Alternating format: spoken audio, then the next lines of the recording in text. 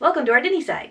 Very excited to actually put this video together, but it's overwhelming. I've never done a video like this before. I'm actually coming to you from the past because what this video is about, I had to sign a non-disclosure about the film I saw, and I'm not able to post my thoughts about it until today, the day you're seeing this video. But Thursday, May 16th, I was able to go see an early screening of Aladdin.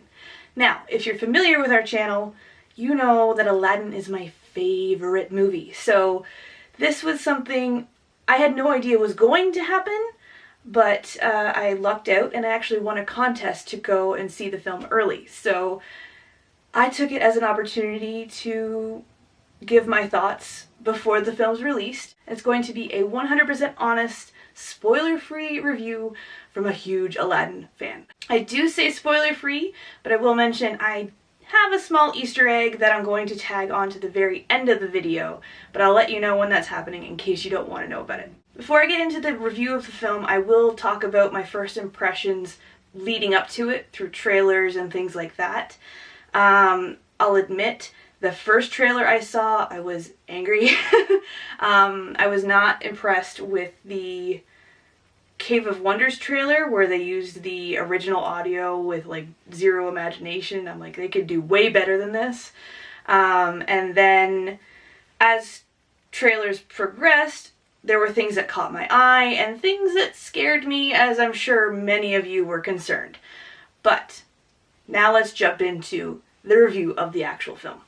I also want to add that this video is meant to be my personal opinion and it's not meant to sway you guys in any way. In the beginning of the film, the pace of the story that we might be familiar with was a lot quicker, but the way they did it, it actually worked well.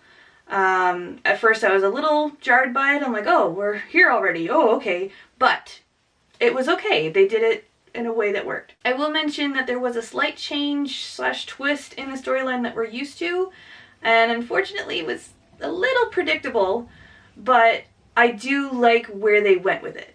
I immediately fell in love with Aladdin and Jasmine's characters. They had depth to their stories and like the costuming, obviously the costuming. I'm going to talk about the costuming a lot. One character that I wasn't so crazy about was Jafar. I kind of had a feeling even from the trailers that I wasn't going to be a big fan of him, but he, I'll admit, came across as kind of a wimpy nerd for a villain. I'm sure Marwan Kenzari is a very talented actor, but I just feel like the casting for Jafar could have been done a little differently. Even after the movie was over, Tom and I talked about who could have done it. And we had fun placing actors into that character, but he did have moments, but not my favorite character. Now, I'm sure many of you are wondering how I felt about the portrayal of my most favorite character, Genie. I will lead into this part of the review by stating that you cannot go into this film seeking out a Robin Williams Genie. That particular Genie has already been preserved in the animated films, minus Return of Jafar, but I'm so glad that Robin was able to do that role and do it well. But I will say that I really did genuinely enjoy Will Smith's Genie. He was super fun, and I often found myself grinning, staring at the screen with childlike wonder with all of his musical numbers and funny quips that he had to offer. I do feel like my attachment to the character may have had a little bit of assistance with my experience of the Broadway show. It definitely had that same vibe as the James Monroe Iglehart type Genie. I did have the opportunity to see Aladdin on Broadway 5 years ago, almost to the day, and costumes were very similar, attitude was very similar, and I enjoyed that Genie, and I also enjoyed this Genie. And I don't know if it was seeing it on the big screen versus seeing it on like my phone or computer, but when I first saw Will Smith's Genie, I'll admit I was a little taken back by like, what is this? But I did get used to him very quickly, and he became quite a lovable character. As I mentioned, his costumes were very similar to the costumes seen in the Broadway show, and very much throughout the entire film, all the other characters had that same sort of style and glitter and glam, and all the costumes were just stunning.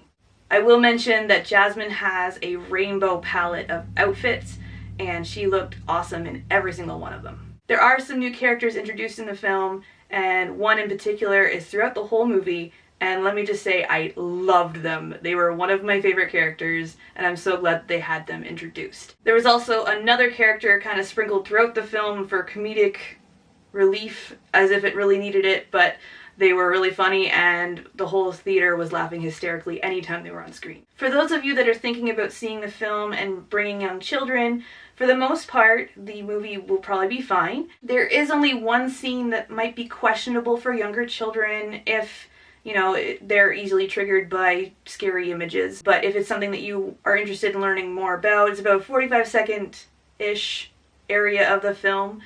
But if you want to learn more, feel free to DM us on Instagram and I will fill you in, just to save from spoilers on here. As I wrap up this review, I will mention that some iconic scenes did stay magical and memorable, and then there are some other scenes that are well known that just didn't happen at all. So I'll just leave that kind of up to you guys to see if you can recognize which ones didn't make the cut, and maybe we can have a discussion about it. And with the trend of post-credit scenes, you might be wondering if there's anything at the end. I will save you the time and let you know that, you know, if you sit in your seat, the only thing that's going to be waiting for you is the Disney Castle logo. So just save yourself the time. If you don't feel like staying and watching the credits, then you don't have to. In conclusion, as a major Aladdin fan, I can say that I truly enjoyed this film.